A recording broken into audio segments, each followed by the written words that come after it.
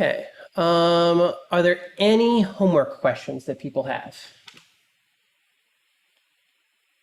Starting off there.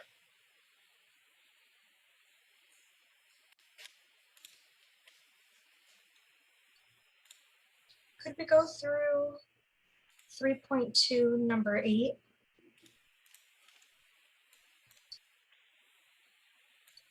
I have the answer. I just want to make sure, or I would like to see the proper steps to be sure that I'm getting there correctly. Okay. 3.2, number 8. Give me 1 second to boot that up.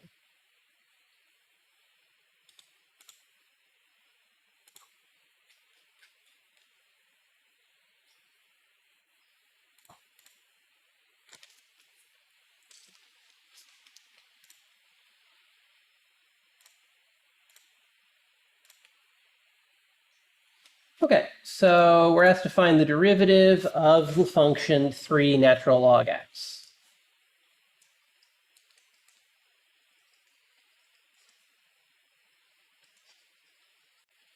So this is technically 3 times the natural log of x. So remember that anytime we have a constant, we can pull that outside of the derivative. So we can say that this is 3 times the derivative of the natural log of x. And this is just kind of something we have as a memorization formula. The derivative of the natural log is just 1 over x. So if you multiply across, that would be 3 over x as your derivative. Okay, thank you. No problem. Any other homework questions?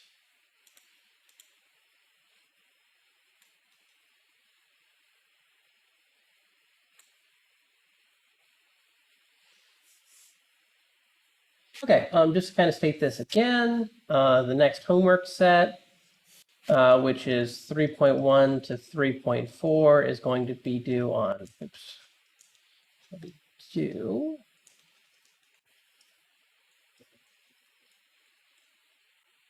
So it'll be due on Tuesday, since remember Monday is a holiday, we will not have class.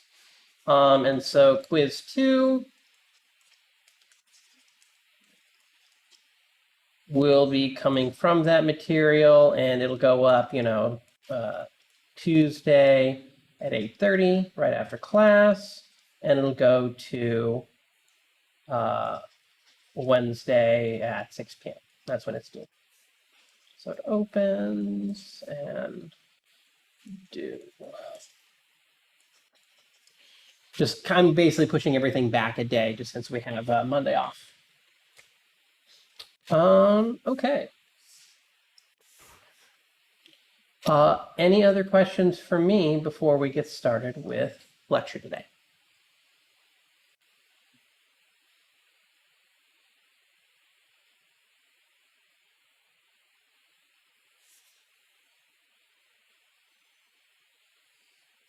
Okay, so now we're going to look at 3.3, product and quotient rule of derivatives.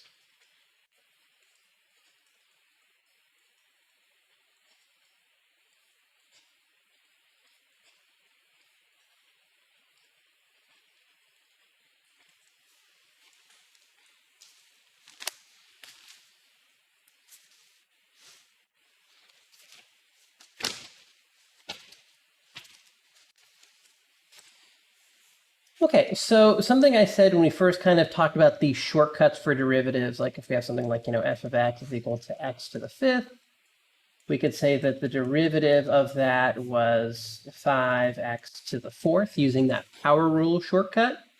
The one thing I said was that if you have a product, the derivative is not the product of those two things. So if we have something like x squared times x cubed, let's say this is my function. The derivative does not equal, what would that be, 2x times 3x squared, because that would give you 5x cubed. And obviously 5x cubed, these multiply together to give you x to the 5th. But we already know that the derivative of x to the fifth is 5x to the fourth. So these don't match up. So unfortunately, the derivative does not respect multiplication. You can't just take a derivative of the first piece, the derivative of the second piece, and multiply them together. There's actually a specific rule that you have to follow, and that is what gives you the derivative of the product. I'll show you kind of the book method for describing this stuff. I think it's a little weird looking, and it's a lot different from a lot of other calculus textbooks. So I'm going to give you kind of the standard version, and then I'll show you kind of what the book writes. It's really just a notational change. But what we're saying is that if we want to take a derivative of some product, so we want to take a derivative of some product of two functions, f of x, g of x. What that is, and how we find that is f prime of x times g of x without taking the derivative, plus f of x times g prime of x. So we break this up into the two functions, and then we take the derivative of the first times the original second function. And then we add on to that the original first times the derivative of the second function. So if we go back to this example right here, where we want to take, let's say g of x is equal to x squared times x cubed. Well, the derivative of this is 2x. The derivative of this is 3x squared. So if we applied the product rule, we would say the derivative of the first piece, which in this case is 2x, times the original second function of x cubed, plus the original function for the first piece of x squared, times the derivative of the second function.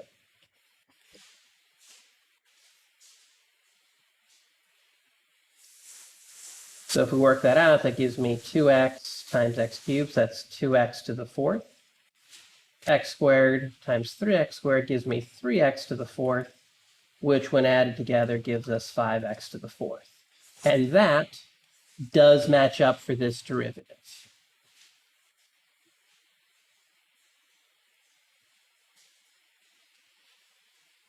Now, this is obviously not the easiest way to do this derivative. The easiest way to do this derivative would be to just kind of do what we did to start off with, which is generally you would have just multiplied first to get this and then taken the derivative. And that's usually going to be the rule of thumb.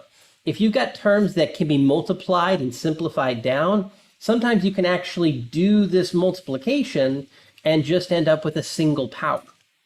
I'm just kind of introducing this using these functions because it's really, really easy to see what's going on here. But usually the times we're going to do a product rule is when we have two functions that we can't really multiply together.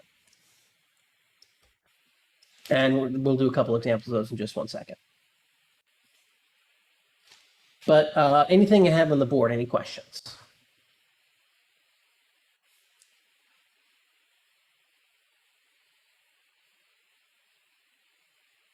Okay, and this is, let me drop this down. This is technically what is called the product rule.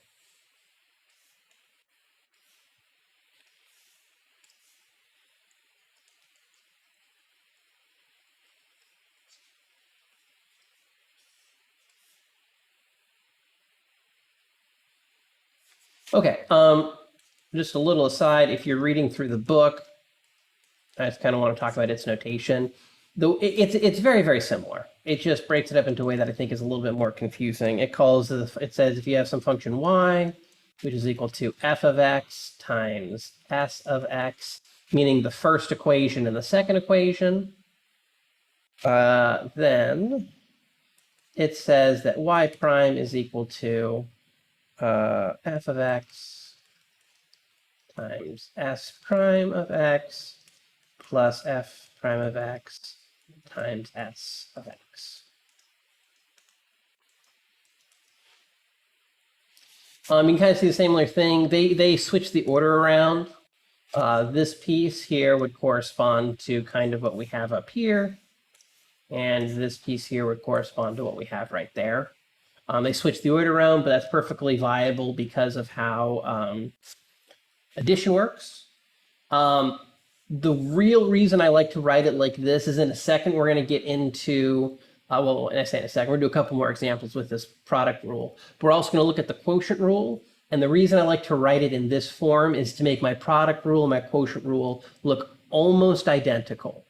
And it makes it a little bit easier to kind of memorize. But, talking about how the book describes it, just in case you are following along through the book. I will just say that your book is the only, I've never seen any other textbook ever write it talking about like the first and the second function. Usually it's just two individual functions, but a little difference, not bad. And maybe this, like I said, the other reason I show this is maybe you see this as a little bit easier to comprehend. Okay, so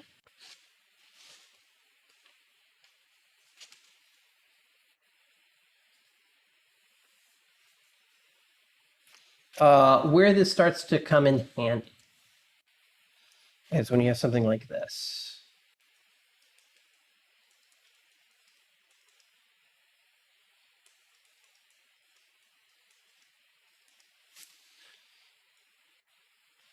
So here we have an example of functions. There's no way to multiply these two things together.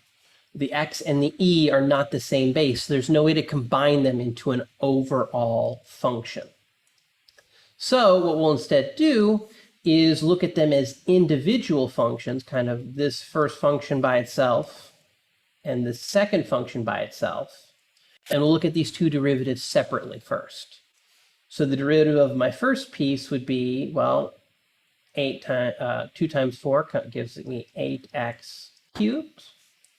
And the derivative of e to the x is just e to the x. So once again, rewriting my product rule in general is f prime of x times g of x plus f of x times g prime of x. Okay, so we're going to take the derivative of the first piece, which is that 8x cubed, times the original second piece, which was e to the x. And then we're going to add on the original second piece, so 2x to the fourth, times the derivative here would be e to the x.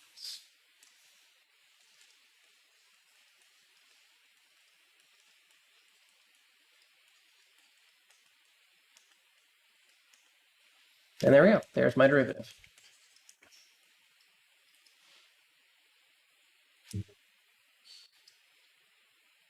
Any questions on this?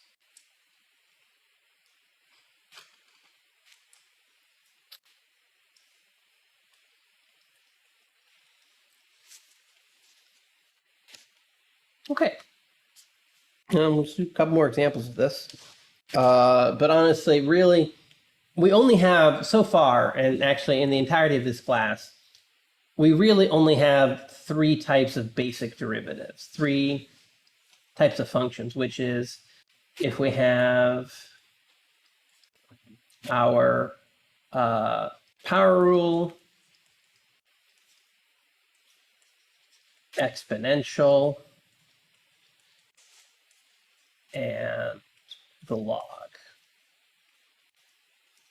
And those are really the only 3 types of functions we're dealing with in terms of derivatives. So, we've done this a bunch. This is n times a, x to the n minus 1, e to the x, and 1 over x. And then, of course, we can change the base on these. But those, in terms of types of derivatives we're going to see when we do these products and these quotients, everything is basically a power, an exponential, or a logarithm. Those are really the only 3 types of functions we deal with in this class. Okay. So let's do another one.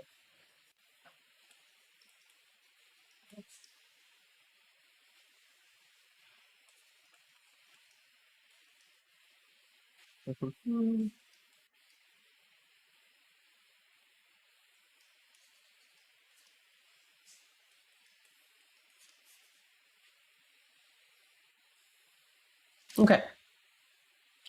Given h of x is equal to x cubed times the ln of x to the fourth. So we have a natural logarithm, but we have that power in there. So my first step is just to rewrite h of x a little bit. I'm going to break this. I'm going to take this 4 outside and write it as 4 ln of x. And you could leave it, these being your two functions here, or what I think is a little bit easier is to move that 4 up to the front here and just write this as 4x cubed times the ln of x. You could do the product rule right here where you have your first and second function.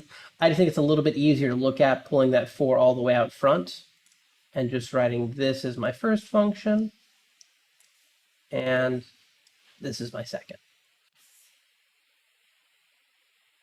That really comes down to just personal preference. Okay, so 3 times 4 gives me 12x squared. And the derivative of the natural log is just 1 over x.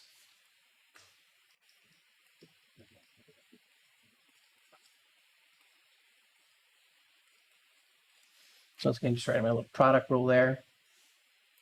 Okay, so first we start off with f prime, so that's 12x squared times the original second function, so that's ln of x,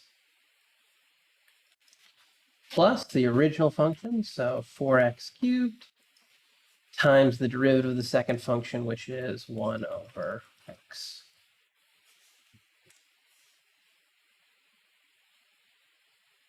So we have a little bit of simplification here. This is technically 4x cubed over x, which we can simplify down to just be 4x squared.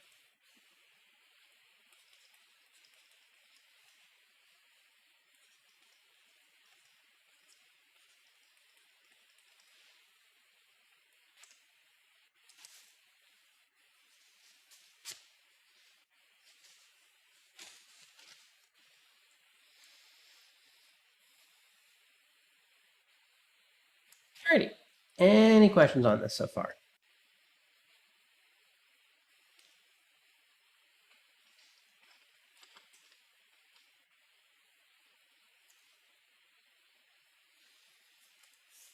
Okay, so that's the product rule.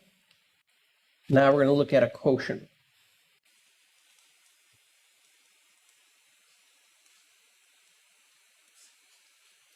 So we're going to look at the derivative of a set of function f of x over g of x. Okay, once again, I'm going to deviate a little bit from how your book does this because I like to write it in a way that makes it really easy for me to remember it. So here's how I like to write it. This is f prime of x, g of x. The quotient causes a subtraction here. And then we have f of x times g prime of x.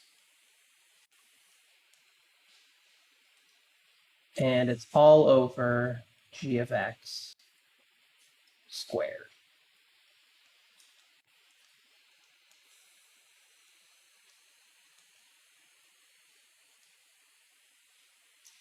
The reason I like writing it this way is if you look at this here and compare this to how we wrote the product rule, it's literally exactly the same thing, with the only difference being that minus symbol right there. That's the only change. And then we also have this g of x squared as the denominator. But I like writing it this way because it's really the exact same formula, the exact same order on everything. We're used to kind of thinking of multiplication and addition working together and division and subtraction working together due to logarithm stuff. So this is how I like to write it. Once again, a little different from how your book does it. technically the way the book describes it is as follows. If we want to take the derivative of some function, and it says, calls it t of x and b of x for top and bottom function. And then it writes it as follows. B of x times t prime of x minus t of x times b prime of x all over b of x squared.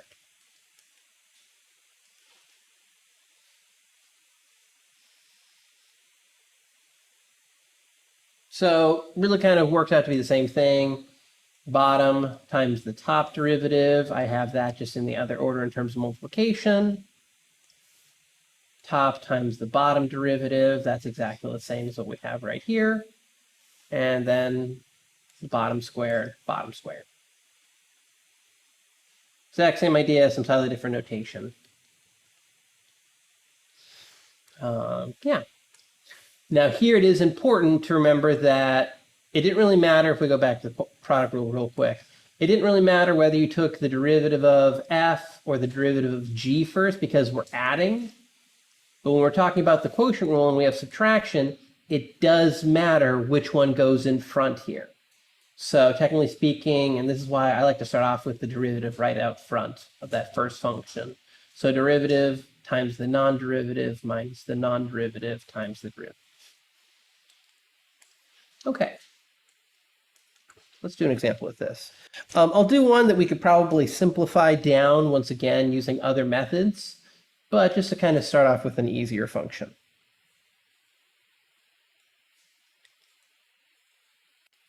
Actually, let me actually write this. We'll call this, I don't know, h of x. I'll do that again. It's equal to 3x minus 1 all over 4x squared. Now, there is an easier way to do this than with the quotient rule. We'll get into that in just 1 second. But just to kind of work out a problem with it. So we kind of, once again, break this up. I'm going to say that this is some function f, and its derivative, the derivative of 3x minus 1. The derivative of 3x is just 3. The derivative constant is 0, so that's done. And then this is some function I'm going to call g, and its derivative would be 8x.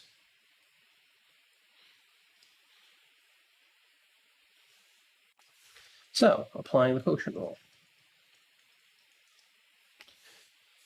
So kind of go through this piece by piece. First we do f prime, so that was that 3 times my original denominator, so that was 4x squared, minus the original numerator, which in this case is 3x minus 1, times the derivative of the denominator, which in this case is 8x. And we're going to be all over the original denominator, so that's going to be 4x squared squared.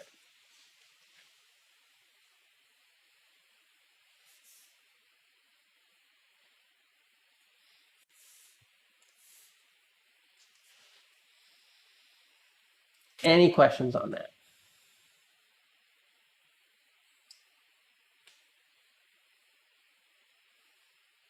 Okay, so from here, the rest of this is pretty straightforward. All we're doing is just, doing some algebra here. So we have that h prime of x, so that's 12x squared minus 3x times 8x gives us 24x squared minus 8x. Oh, sorry, minus will give us plus 8x. And then it's going to be over 16x to the 4th.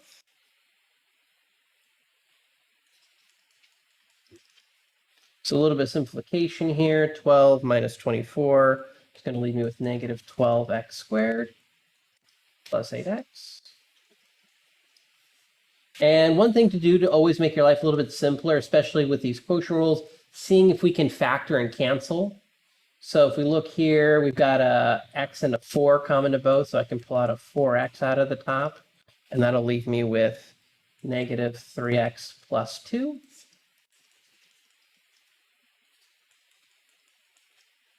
So we can do a little bit of canceling here. And we'll be left with my final derivative as negative 3x plus 2. 4 and the 16 will cancel, leaving with the 4 on bottom. Sorry, this should have been x to the fourth. Because, yeah, x and x to the fourth gives us x cubed.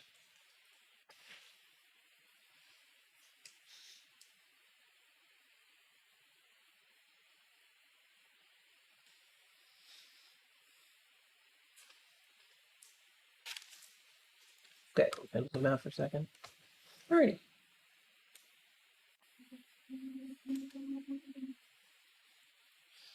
Questions on this example, anybody?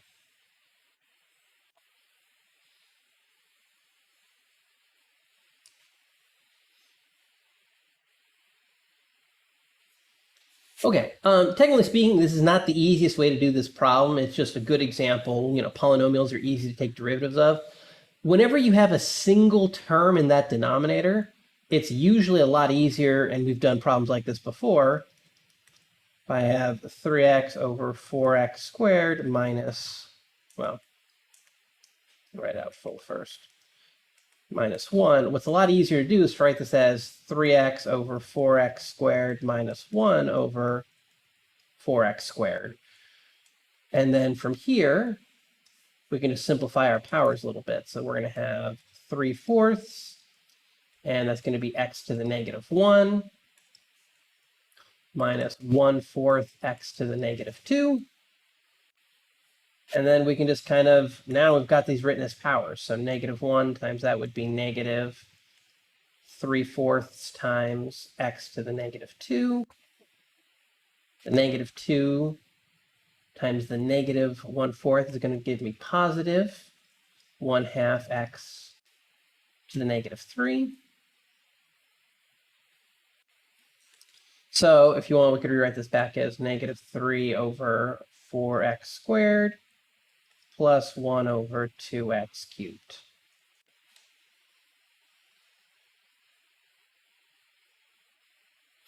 Now, this is not exactly like this. Note that this has a common denominator. If we did, find the common denominator and add these together, we could get back to this expression. But the whole point of doing it this way is to do the easiest, the smallest amount of work. So when you have these single denominators, personally, I find it easier to separate those out, divide it, and just deal with any sort of negative exponents that you're left with. But we do also always have this kind of quotient rule we can break down into.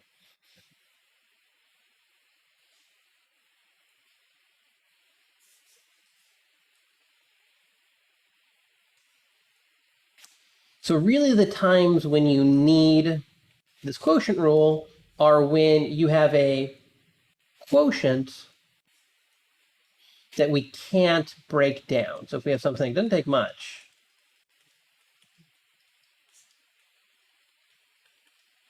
we just have something like this, 3x squared minus 1. I can't separate over, so quick note, in terms of algebra stuff, don't do this. I don't know how you drive minus x to the fourth over 1. We can't separate denominators. That's not how denominators work. If you think about what happens when we add denominators, you have 1/4 plus 1/4. That gives you 2/4. We don't actually do any sort of addition and subtraction on the denominator. So unfortunately, we can't pull that off. So this would be an example where we would actually be forced to use the quotient rule. So we'll kind of call this, the derivative of the top would be 4x cubed. And then the derivative of the denominator here, oops, it's a different color. Derivative of the denominator here would be, well, 2 times 3 gives us 6x. And the derivative of negative 1 is just 0. So we have our two derivatives. So just kind of do. Writing the quotient rule one more time. So we have something to compare it to.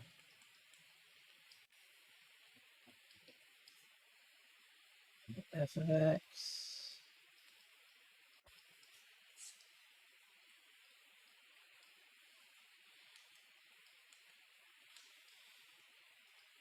Okay, so working this out piece by piece. F prime of x is going to be that 4x cubed.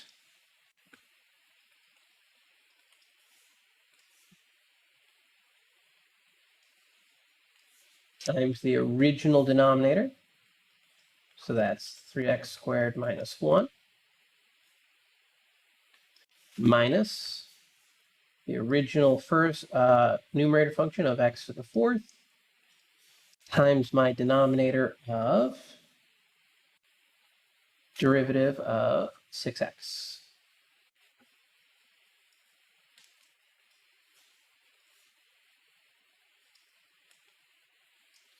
All over this denominator of 3x squared minus 1 squared.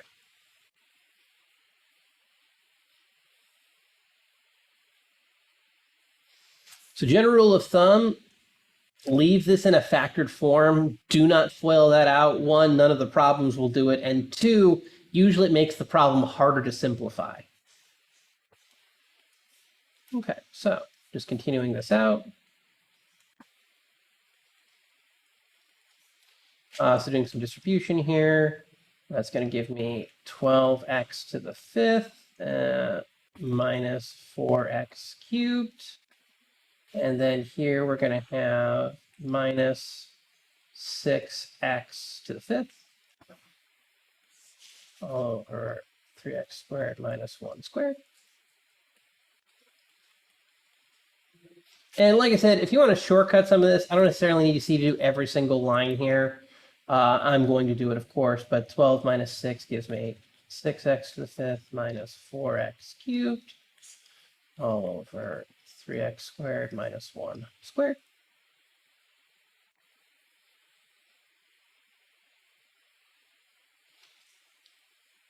And the question is, do we need a factor? Technically, no, because if we did, we'd pull out what would be a 2x cubed. And that would leave me with 3x squared minus 2 all over 3x squared minus 1 squared.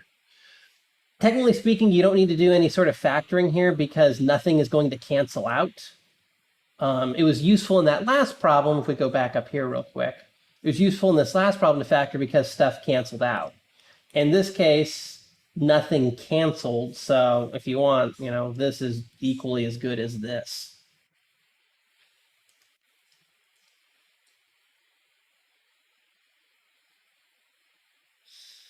Okay. And once again, I cannot stress this enough, because we're going to get some kind of ugly things in this denominator. Leave them alone. Just leave it in this form, because if anything's going to cancel, we're going to want this in its canceled factored form, as opposed to like foiling this out is only going to make it harder if there is some sort of cancellation. Okay, so here's an example where the quotient rule was actually necessary because we couldn't rewrite this in terms of an addition or subtraction of just polynomial power functions. Any questions?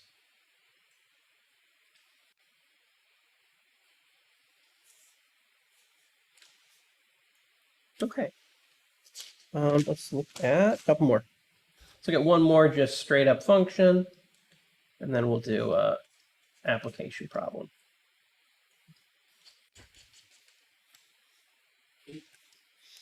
Okay, let's say we have g of x is equal to ln of x over 3x squared.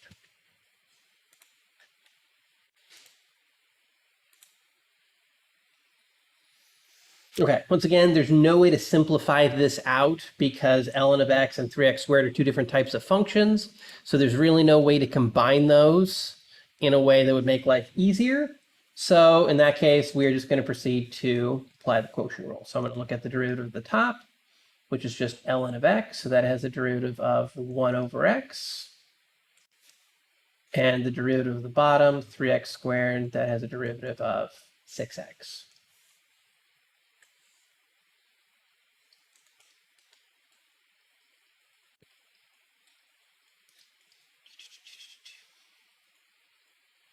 Taking myself from my photo.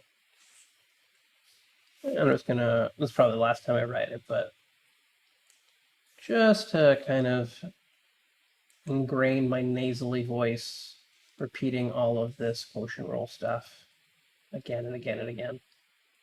Okay. Square. Okay. So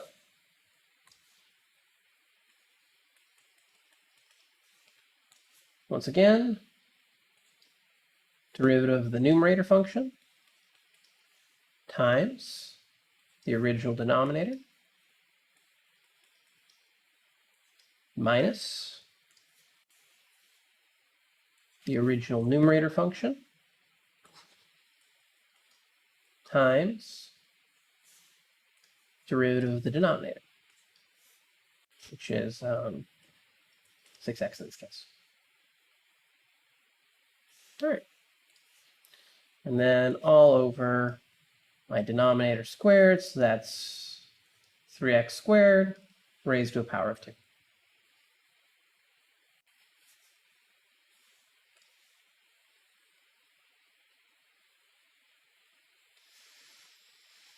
Okay, and calculus part's done. We took the derivative. This is the derivative. Everything else here is just some algebra cleanup. So 1 over x times 3x squared is going to leave me with 3x. Just for sake of use, I like putting my x variables in front, so I'm going to write this as 6x minus ln, 6x times ln of x.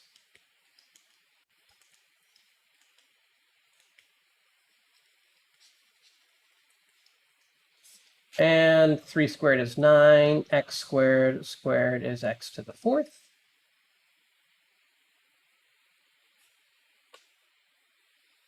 And then last thing to look at, do we have any cancellations? We can factor out a 3x out of both pieces. So that'll leave me with 1 minus 2 times the natural log of x, all over 9x to the 4th. And we can do some cancellation here. So up top, we're going to have 1 minus 2 times the natural log of x. 3 over 9 leaves me with a 3 in the denominator, and x over x to the 4th leaves me with an x cubed.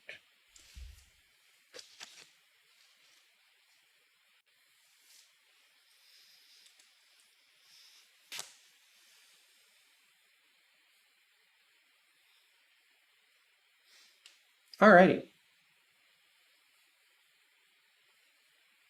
Questions on this, anybody?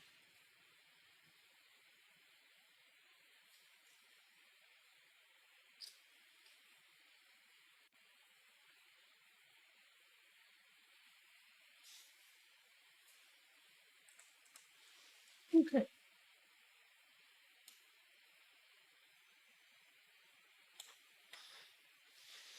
All right, so looking at kind of a business example. The sales of a video game are given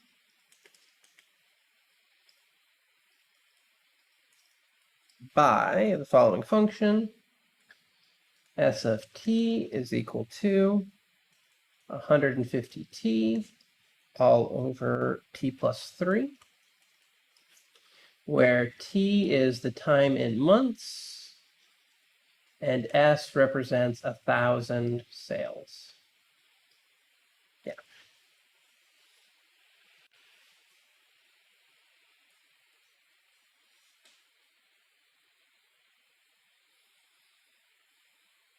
Okay.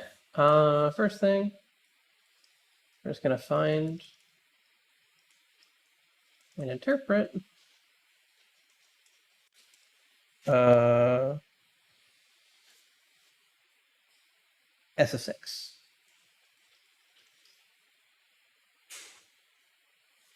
Okay, so S of 6 would be 150 times 6 over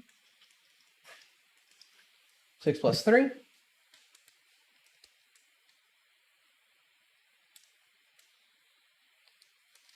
Which gives you an even 100. And S is in thousands, that's 100,000 games sold. Technically in month 6.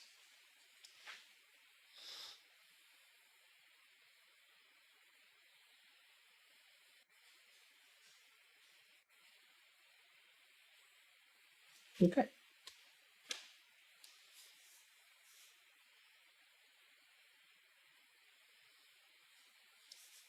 The next bit, part B, which is find and interpret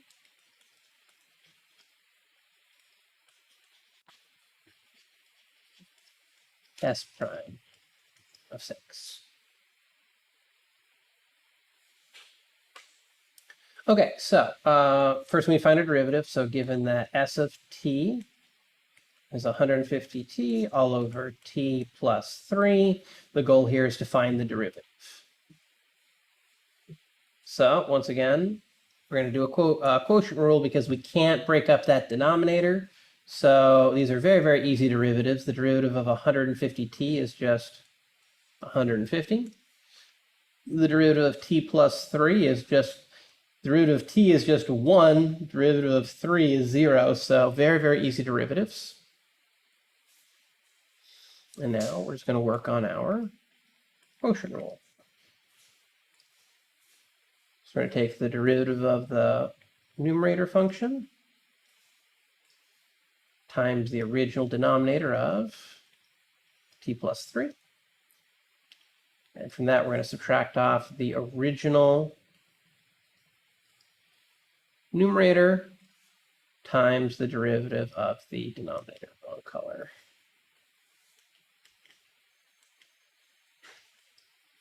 And all over my denominator squared.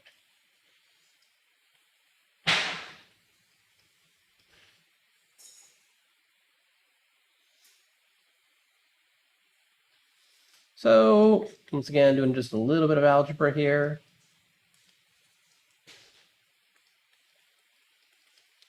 So that's 150 t plus 450 minus 150 t. And the 150 t's are going to cancel out, so we just have a very derivative of just 450 all over t plus 3 squared.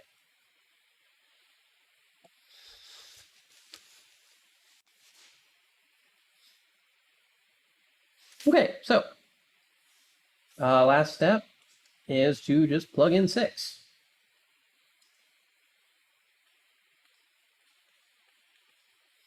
So that's 450 all over 6 plus 3 squared.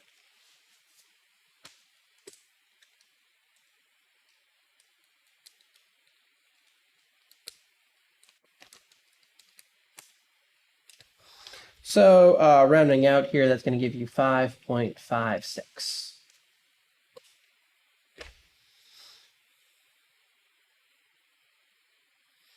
Okay, so kind of going back to what everything stands for.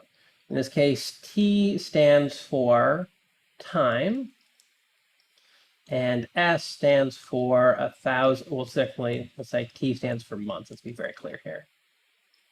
And S stands for 1,000 units.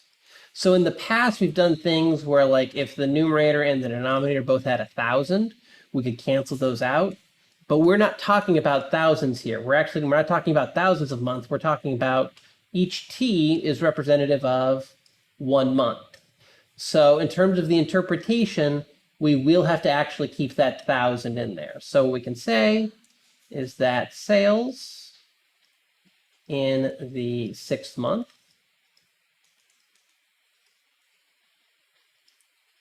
are increasing by 5.56 thousand, and we're talking about video games here, games per month. Because technically the unit here is 5.56 thousand games every 1 month.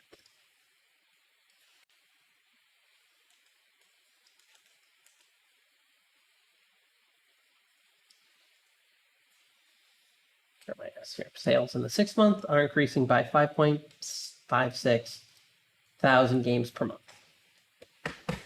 So my game's still hot.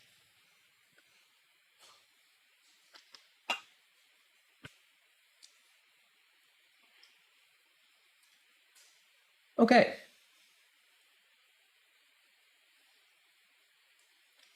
Questions on this example, anybody?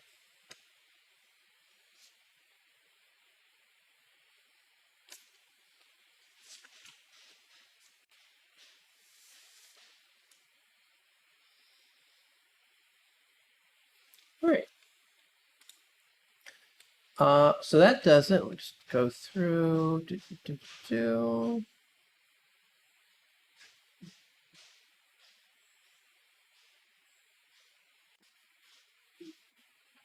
Oh yeah, one more. Yeah, one more of these.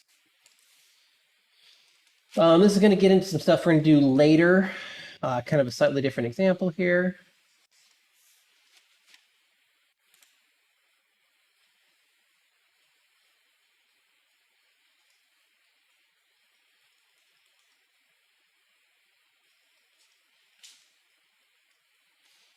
Given the following. Given functions, f of x is equal to x plus 8. Find values.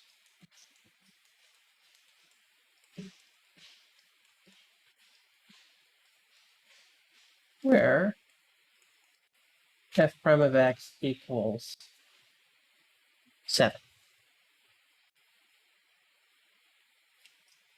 So this is a slightly different take on the problem we just did.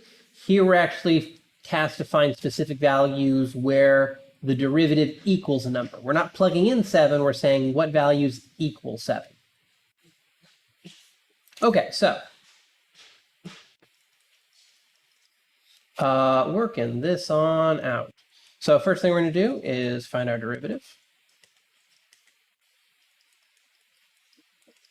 So derivatives of these are both, once again, very, very straightforward. Derivative of the top is just 1, and so is the derivative of the bottom.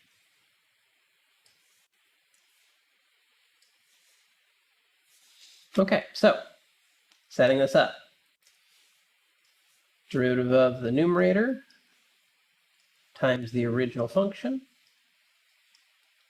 minus the original top function times the derivative of the denominator.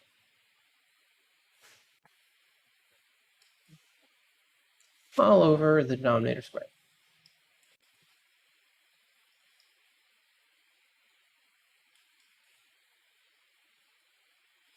Okay, so some very, very quick algebra. We have x plus 8 minus x all over x plus 8 squared. So my x's cancel out, and we are left with 8 all over x plus 8 squared. So we have my derivative. So we want to find values of x where f prime of x is equal to 7. Just kind of continuing this up here. So all that means is we're going to set our derivative equal to 7.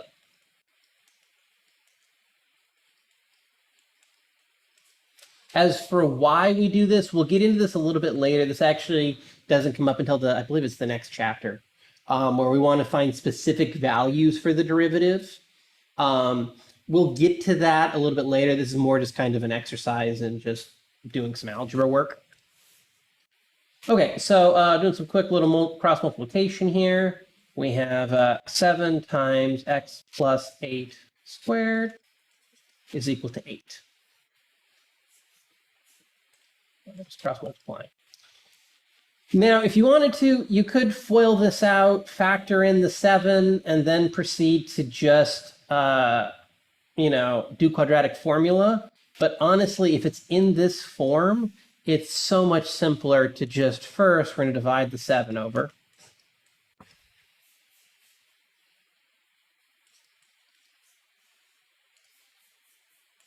So now we have x plus 8 squared is equal to 8 over 7. And then I'm just going to take a square root of both sides.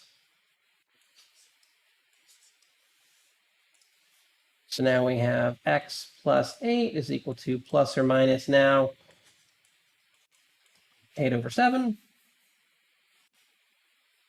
And then the last step would just be to subtract over. So x is equal to -8 plus or minus square root of radical 8/7. And that's really, really quick way to get an exact answer. If it asks for a decimal, we could just very quickly say, all right, -8 plus the square root of 8/7 and -8 minus the square root of 8/7. And just kind of chuck those into a calculator.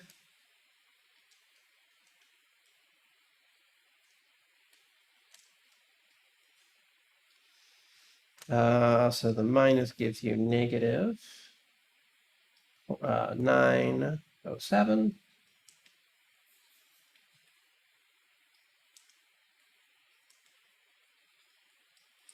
And the positive gives you -6.93. So here we have, your exact answer and your decimal answers. This is in a slightly different form than if you actually did quadratic formula, but you'd end up with the same final answer. But I think doing it this way is just so much less work than like foiling, bringing over, distributing the 7, quadratic formula. It's so much faster to just work it out like this.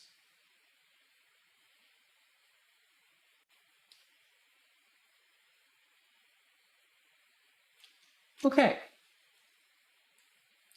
So I'm kind of zoom out real quick.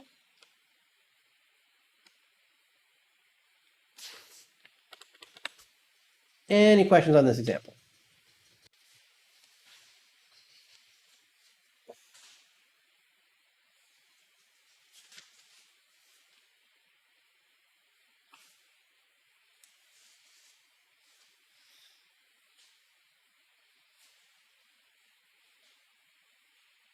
Alrighty. That is chapters. That was 3.4. 3.3. 3.3. I need to prep one thing real quick. So let's do a little 10-minute break right here. Professor Brown, for the go ahead. exam on Tuesday, or excuse me, for the quiz on Tuesday, Wednesday, is that covering just chapter 3 or is it 1 through 3? It'll just be those sections that are due. So 3.1 to 3.4. Okay, thank you.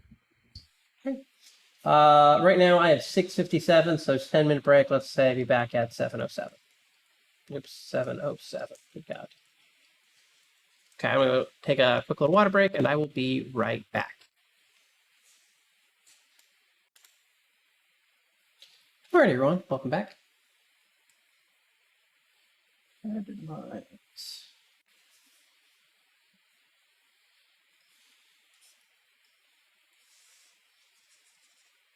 Okay, next section.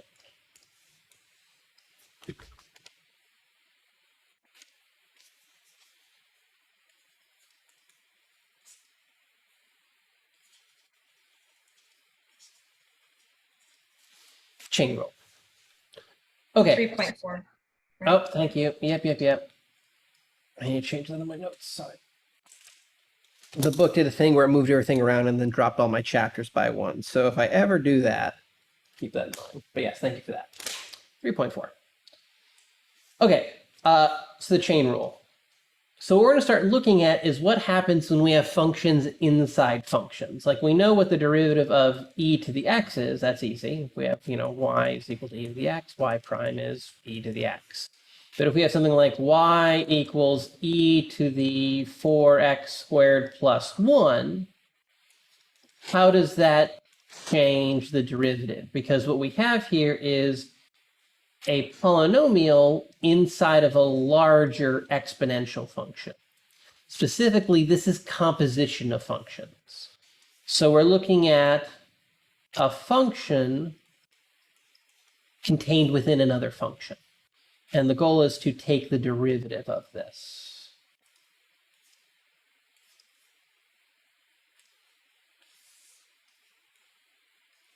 So there are a couple ways to write the chain rule.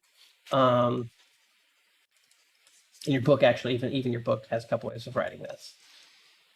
In essence, what we do is we kind of work from the outside and work our way inside, kind of like, taking the derivative on each layer of the function. So the outer layer here would be f prime of the outer function, but still leaving the inner function alone. And then we multiply that times the derivative of that inner function. Said another way, if we have a function that's just like f of u, where u is some function, the derivative is just f prime of u times u prime. And this is going to be the way that we tend to write it the most, or at least how I'm going to break it down. So, Sorry, can I Yep. ask about the first line right under chain rule? mhm. Where is there supposed to be, so it's f g of x parenthesis, but there's Oh yeah, that second dot should have been there. I was thinking down the line there. okay, thank you. And the last way to write this one is using Leibniz notation, which is if you have something like dy dx, which is a derivative. It's dy with respect to u times the du function with respect to x. And you can kind of see like, oh, it's kind of like these fractions. It looks like, if you're just kind of looking from right to left, it looks like these fractions kind of cancel out. That's kind of what's happening here. But here's how we work this out. So let's look at that last example I just had, which was to the 4x squared plus 1. There's an outer function that we like to label as f of u. So in this case, f of u is just e to something. So we're just going to call that e to the u. That's the outer function. The inner function is that u is equal to 4x squared plus 1. So what we're going to do is we're going to take the derivative of both of these pieces. The derivative here, f prime of u, would just be the derivative of e to the u, but that's just e to the u. The derivative of the inner function here, if we call that u prime, well, that'd be 2 times 4, so that would be 8x. And the derivative of 1, that's a constant, so that's just 0. So if this is my function, if I say y equals this, then y prime would equal, I like to write it with the u first. If you want, we can plug back in times 8x. But then we're going to plug back in what u stood for. U stood for 4x squared plus 1 times 8x. Or if we want to combine all this in a way it looks a little bit nicer, we'd say that this is 8x e to the 4x squared plus 1.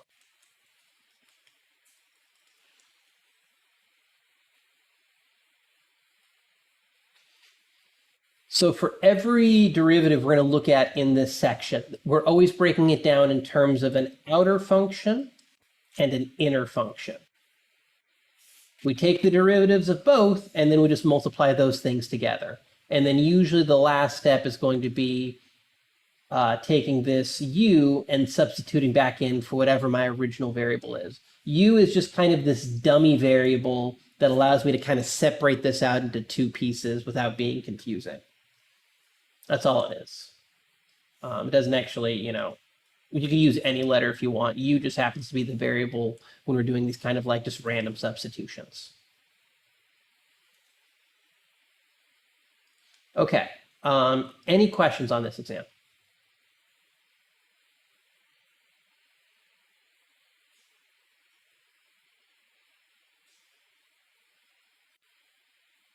All right, so we are just going to run through a whole mess of these. And we're also going to see how well this plays with, we've basically got these three rules we've covered today, the quotient rule, the product rule, and the chain rule. We're going to combine these into a bunch of different ways to get just a bunch of just messed up derivatives. Okay, so let's do some easy ones first. Yeah, let's do something like that first. So what this is really useful for is simplifying things that would actually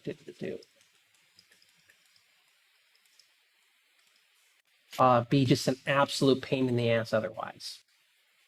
Because this isn't that bad in terms of a derivative if it's FOILed out.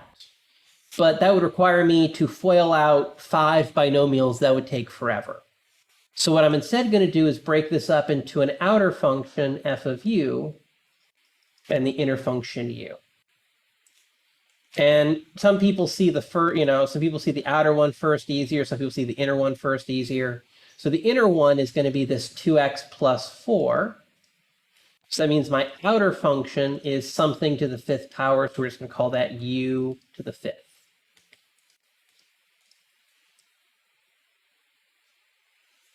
So we're going to take the derivatives of these two pieces. F prime of u, well, that's just going to be 5u to the 4th. And the derivative here, u prime,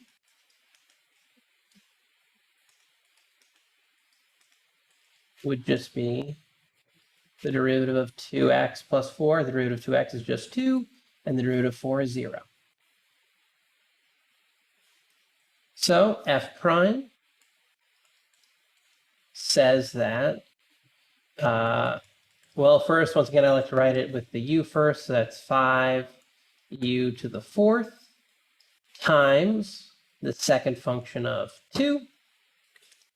And we're just going to I'm going to take the 2 times to 5 to give us 10.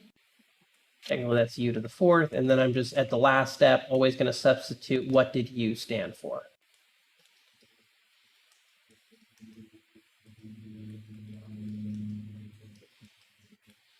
So f prime of x is 10 times 2x plus 4 to the 4th.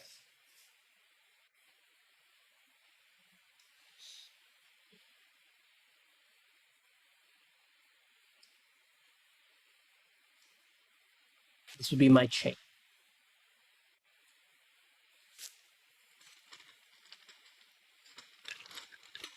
Okay. Questions on this, anybody? Now, at a certain point, you might start to be able to kind of just like, this kind of work, I like to do this because it's really a step-by-step process. But honestly, you can kind of start, once you start doing a lot of these, you might just start being able to kind of eyeball them as just like, okay, you have this outer function here as a power function. So that would be 5 times that to the 4th. And then you're just going to take the derivative of this, which is times 2. You can kind of eyeball this. This is not necessarily work that I have to see, but this is literally the step-by-step breakdown of how these chain rules are working. So if you do have difficulty seeing it, this is what I would recommend breaking it up into, the outer and the inner function. But honestly, after you do, probably by the end of the homework section, you're going to probably start being able to do a couple of these without having to do this like u part. It's useful if you need it, but if you don't, you can ditch it. You really don't have to do that if you don't want to. Okay, let's do a couple more.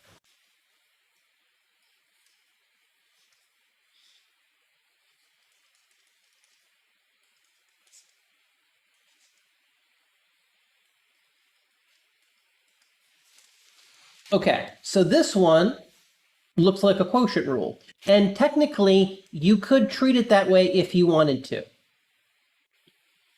But as it turns out, this one's actually a little bit easier if we rewrite this as 10 times 2x squared minus 1 to the negative 1/2. Because remember that a radical causes a 1/2, and since it's in the denominator, that causes a negative.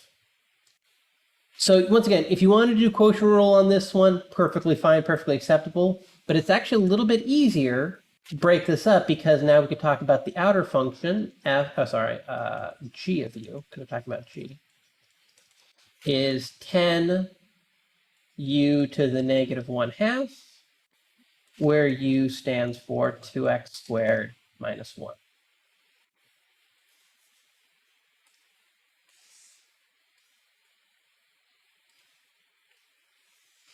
Okay, so now we're just going to take our derivatives. So we have 1/2 negative times 10, so it's going to give me negative 5 u. We subtract 1 from the power, it's going to give me to the negative 3/2. And here, derivative of 2x squared, 2 times 2 gives us 4, x to the first power, and the derivative of 1 just cancels out. So the chain rule says that my derivative is going to be this first piece, negative 5 u to the negative 3/2 times the second piece of 4x. Once again, I'm going to do a little combining here. This negative 5 and this 4x, I'm going to turn this into negative 20x times u to the negative 3/2. If something's negative, that means it's in the denominator. So that's negative 20x all over u to the positive 3/2. And then my last step is to plug back in what u stood for. So that's g prime of x is negative 20x all over 2x squared minus 1 to the 3/2 power.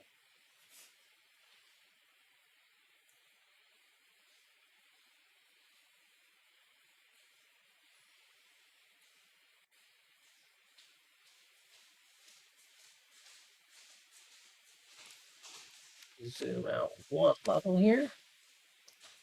Okay. So any questions on this example? And once again, you could do this as a quotient rule, but even if you did, you would still need to do the chain rule because this here would still require a chain rule because we still have a square root function on the outside and that polynomial 2x squared minus 1 on the inside. So either way, this is going to require some sort of chain rule. So the idea is that, well, if I have to use chain rule for at least part of it, I might as well just do chain rule to cover the entire damn thing, as opposed to doing a chain rule into a quotient rule if I can avoid it. Alrighty. Questions so far?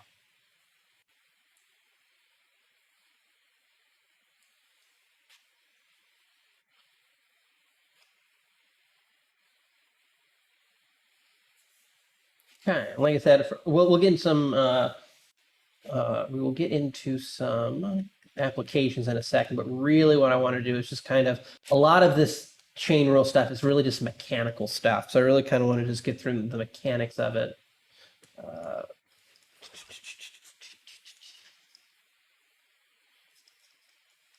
And work through kind of some of these. So I'm kind of doing first an example of each one of our functions that we've talked about. And then we'll do some kind of combinations where we've got like product rules and quotient rules that you do alongside these chain rules. Okay, so here's an example of one of those. Or sorry, not quite one of those yet. So once again, breaking this into an outer function and an inner function. So h of u, the outer function in this case, is a natural log of something. And that inner something, that u, is x squared minus 4x plus 2.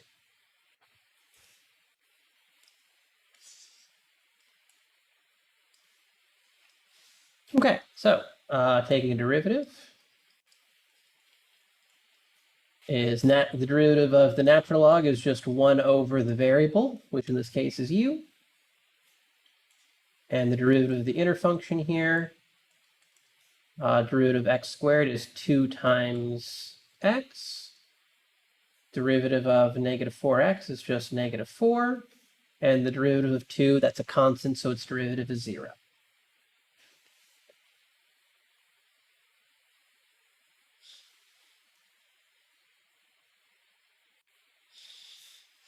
Okay, so for the derivative, it's going to be 1 over u times 2x minus 4. So that would be 2x minus 4 over u. Substituting back what u stood for, that's going to be 2x minus 4 all over x squared minus 4x plus 2.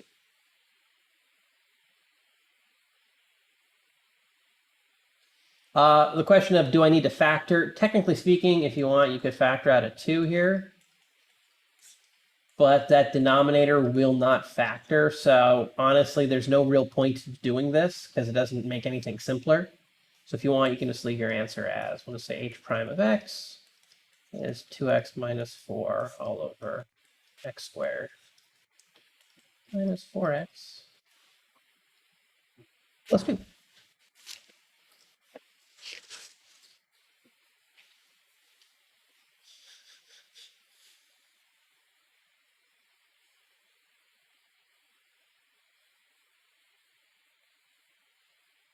Okay.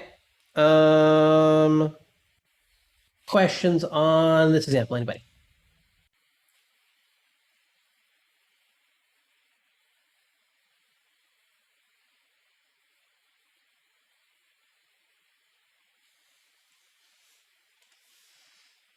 Okay. So now let's start looking at some examples that combine the chain rule with the product and the quotient rule.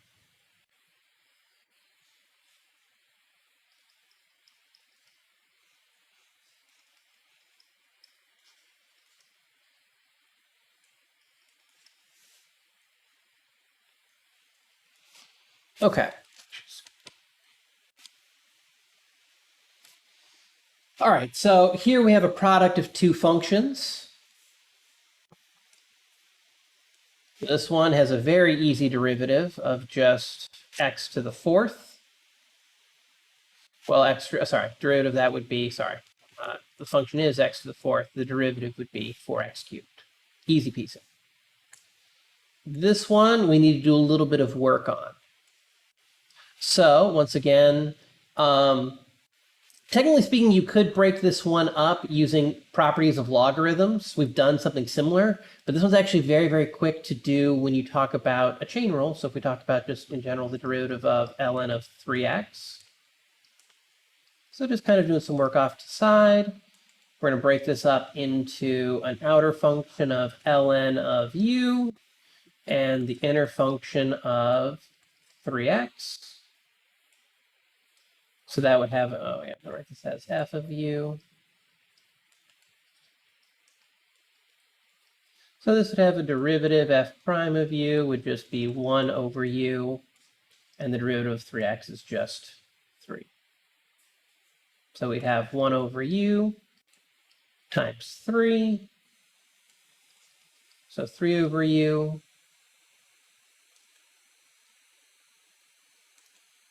And plugging back u, that's 3 over 3x, which just simplifies down. It's a lot of work to get the exact same derivative, but it turns out to just be 1 over x.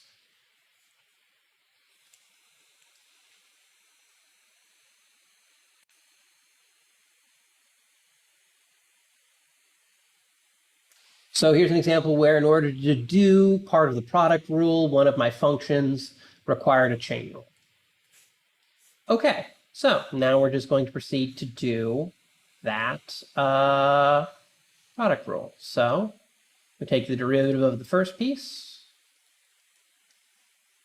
times the original second function, so ln of 3x, plus the original first function times the derivative of the second piece. Oops, sorry, let me slide this over. This is technically my derivative f prime.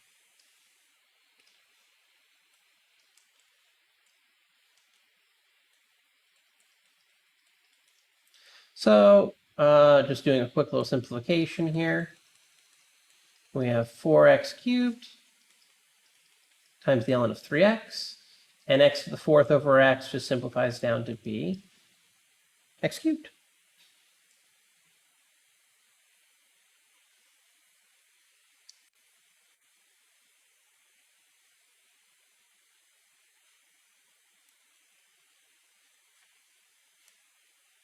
Okay.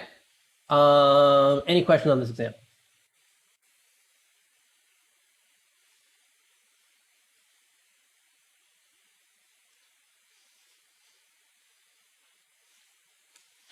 Let's do one more kind of mechanical one, and then we will end on a application. Okay. Once again, we're going to call this, I'll call it g of x is square root of 4x plus 1 all over 2x squared plus 1. All right, this is probably going to be the ugliest derivative we've done today. So the chain rule is going to happen first because we've kind of got these two functions. The outer function g of u is this square root of u. And the inner function u is this quotient. Okay, so working this out. First piece. Remember that this is u to the 1/2. So the derivative of that, we're going to multiply this down. So we're going to have 1/2 times u to the negative 1/2. So I'm just going to leave that alone for right now. Okay, for this second piece, this is now, in order to find u prime, we need to do the quotient. So we're going to take the derivative of the top here. The derivative of top is just 4x plus 1, so the derivative of 4x is just 4. The derivative of 1 is constant, so its derivative is 0. And then on the denominator, which I'm going to color code, we have 2 times 2, so that gives me 4x, and the derivative of 1 is constant, so it just zeroes out. Okay. So we're now going to do our quotient rule. So that says we're going to take the derivative of the top times the original denominator minus the original top times the derivative of the denominator. And this is all over the denominator squared.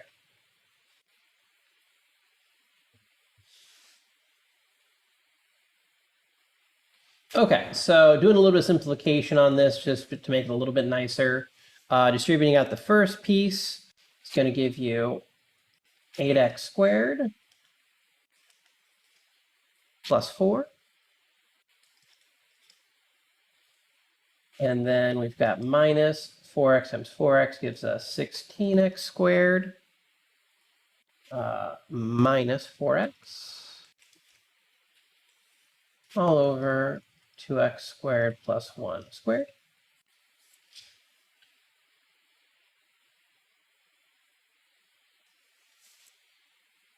Simplifying my denominator, sorry, my numerator, I should say, 8x squared minus 16x squared gives me negative 8x squared. And then we have minus 4x plus 4.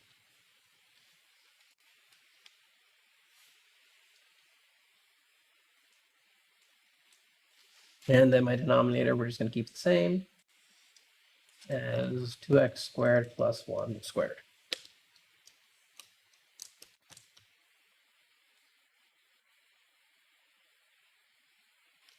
Okay. Questions so far? We're going to wrap all this up into one big piece. And it's still, like I said, the derivative for this thing is going to be disgusting. It's going to be ugly. There's no nice way around this, but we will be able to do a couple things to make this a little bit nicer looking.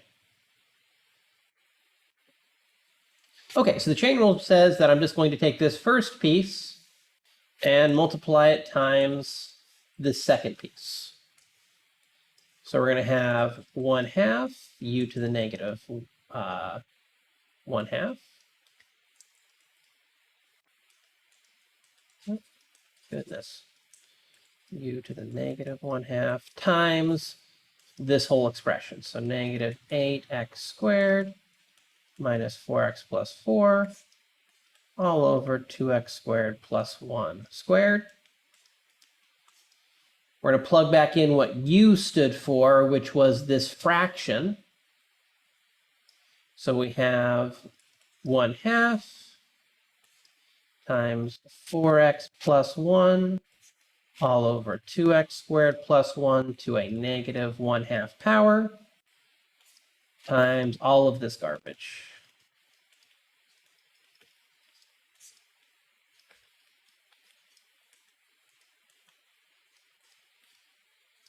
Okay, a couple things we can do to make this a little bit, I say a little bit easier. Still going to be gross. So technically, yeah, I'm going to slide this over. This was my g prime. We're dealing with g, right? Yeah, g prime.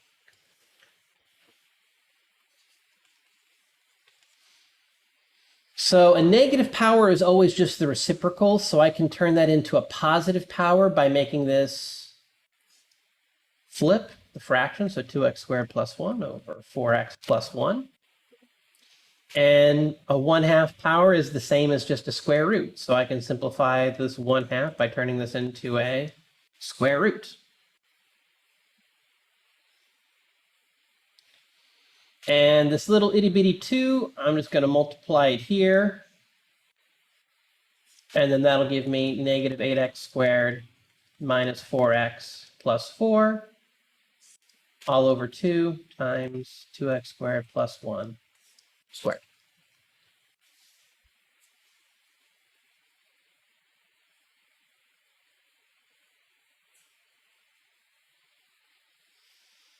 Okie doke.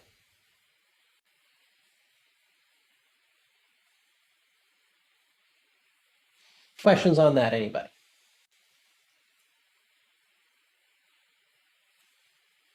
Realistically, are you going to put this on the exam? This is fair game for the exam, yes. Oh, God. Okay. Yep. I would not spend 15 minutes covering it if you were never going to do something like this. Fair enough. Thank you.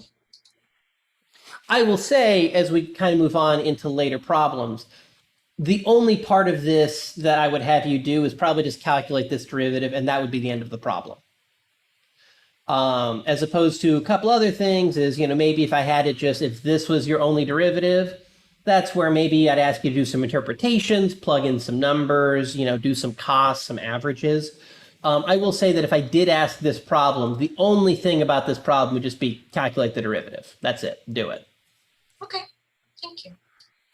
It's not going to be like something like, okay, now we need to set this thing equal to 7 and solve for x. Because I'm not that much of an asshole. Can I ask you the negative power?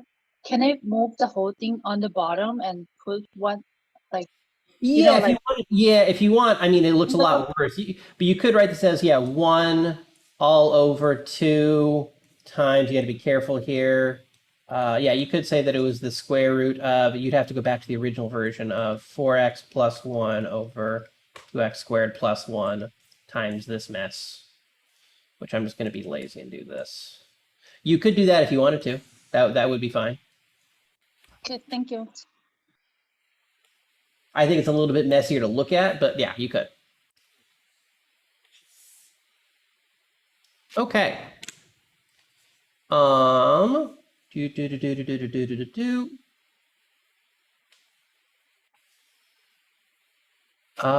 right. Any other questions? Let me kind of zoom out a little bit to give at least, there we go, that part. Any other question on this example?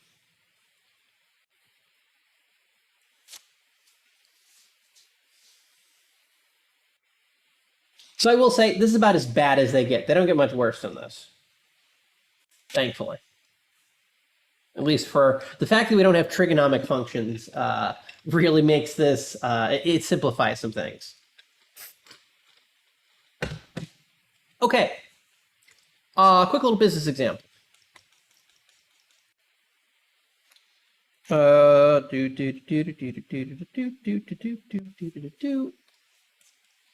Let's say we're given the following equation.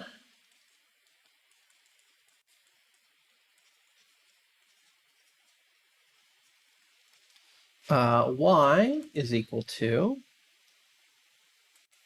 15 all over 2p plus 3 to the 1/3, where p is going to be a given price, and y is going to be sales of 1,000 units.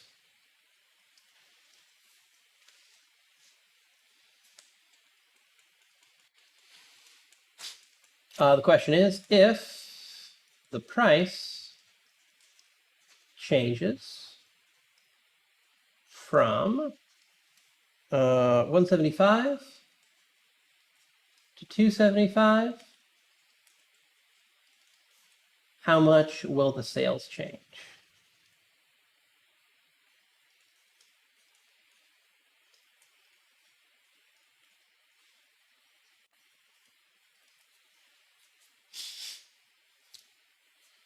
So we're looking for the change in sales. So that would be technically given by the derivative. The change in sales, the rate of change of sales would be given by the derivative.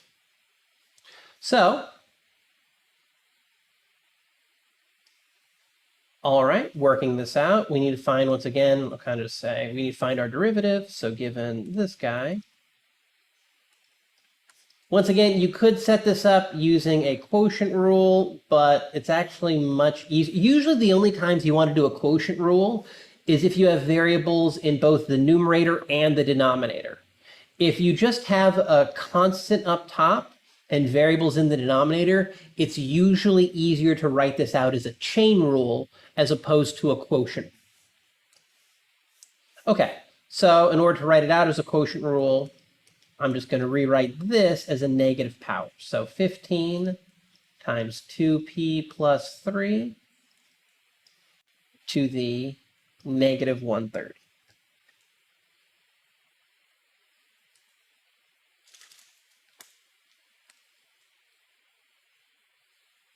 Okay. So once again, we want to find the derivative. So we're going to break this up into two parts. The outer function, which is 15u to the negative 1/3. I'm going to slide this over a little bit. And the inner function, u, which is equal to just 2p plus 3. Slide this up a little bit more. Okay. So, top part. Negative 1/3 times 15 gives you negative 5 u, and we're going to raise that to a power of, if we subtract 1 from that, that's going to give you negative 4/3. Oops, I forgot to write my little, just to keep it very, very clear. U, y prime of u. And if you take the derivative of u, well, that's just 2p plus 3, so that's just the derivative of 2.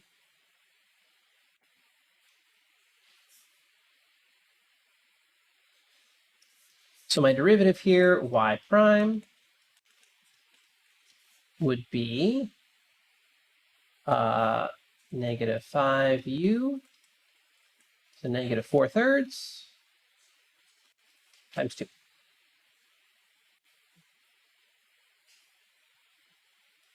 So once again, simplifying this out to make this a little easier to plug in. 2 times negative 5 gives me negative 10u to the negative 4/3. And rewriting this as a positive power, that would be negative 10 over u to the positive 4/3. And then I'm just going to substitute in u. So negative 10 all over 2p plus 3 to the 4/3 power.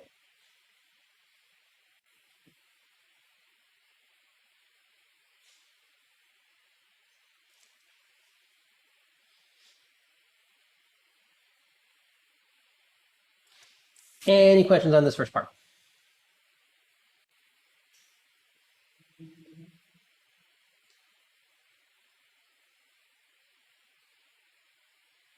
Okay, so we have our derivative.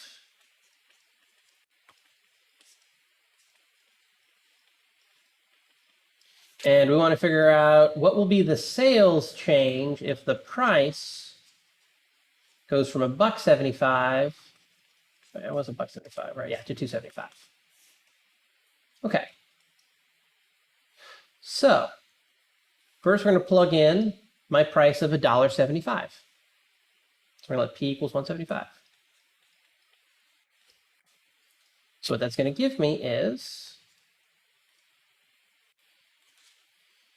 negative 10 all over 2 times 175 plus 3. Pardon me, that should have been a 4/3 there. And we want to throw that into a calculator.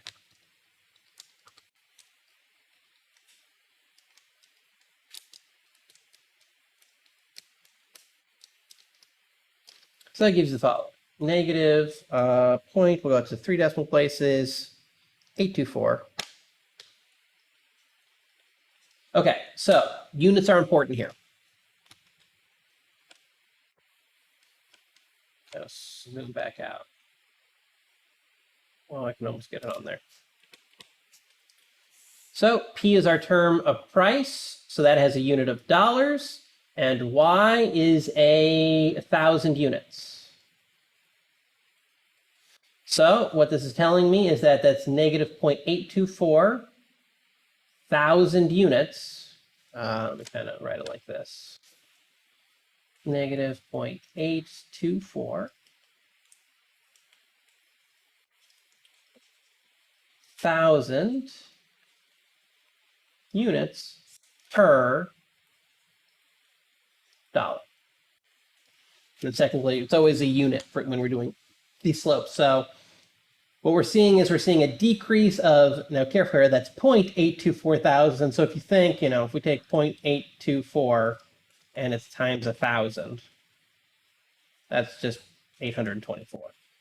So another way to write this is just 824 units for every $1 change.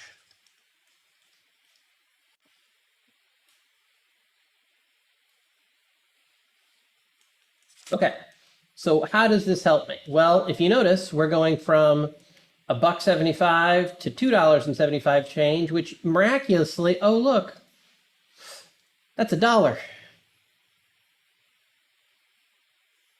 So what is the change in sales going to be?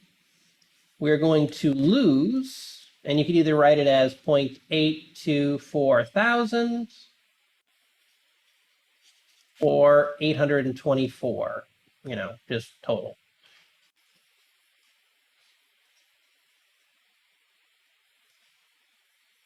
Of sales.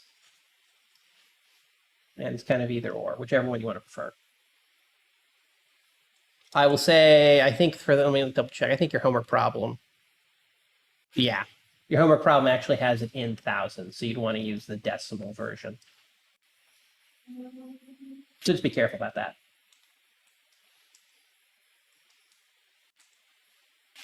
Alrighty. So kind of a quick little application of chain rule. And really, like I said, the only thing these are all very much mechanical. There's no real theory here. All we're doing is this allows me to get new functions and we can take derivatives. We're still asking the same questions. We're still talking about rate of change, how much, these per, dollars per unit, that type of thing. Those type of questions, they're exactly the same types of questions. We're just changing what type of functions can we look at. Okay, so one more time, just to really, really make this clear, and just in case someone came a little bit later. Monday, no class. So the next homework is set, which is 3.1 to what we just finished, 3.4, is due. I keep wanting to do that. Tuesday the 6th. And then we will have a quiz 2 on that same material. That'll open up Tuesday 8:30, and it'll close up Wednesday at 6. Okay, so as always, I will stick around if there are any questions. If not, have a lovely evening, a happy 4th of July, enjoy the 3-day weekend, and I will see you guys back here on Tuesday. Professor, Mhm. I will asking you about exam again. Sorry to bother you. No, it's fine. Yeah, you yeah, said, yeah,